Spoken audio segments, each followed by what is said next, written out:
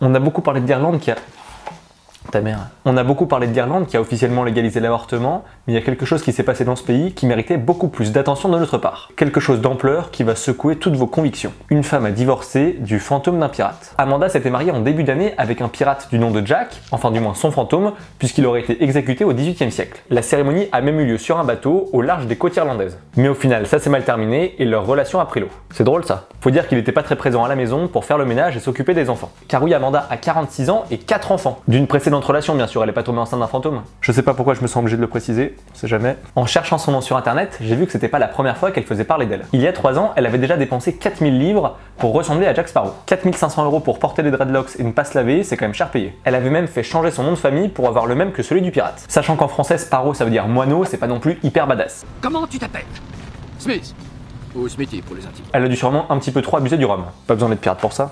Bienvenue aux Caraïbes, mon ange. Elle s'habille donc comme lui, elle a la même coupe de cheveux et elle a pris des cours pour parler de la même manière. En vrai, il y a juste à être bourré, il y a rien de très compliqué. Pour l'aller où? Oh, tu remets en question le talent d'acteur de Johnny Depp?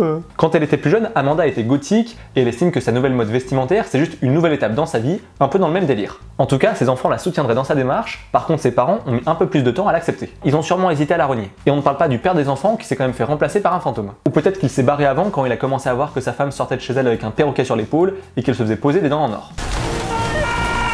Si jamais vous cherchez quelqu'un pour animer vos soirées à thème, n'hésitez pas. Baptême, mariage, même bar mitzvah. Et puis pour celles qui seraient peut-être intéressées, n'oubliez pas que maintenant, Jack le fantôme est célibataire. Ah, peut-être le trouver sur Tinder. Allez, cul sec l'eau du robinet. Amanda pensait peut-être se rabattre sur Johnny Depp, mais est-ce qu'elle voudra toujours de lui maintenant que Disney a annoncé qu'il ne serait plus dans Pirates des Caraïbes?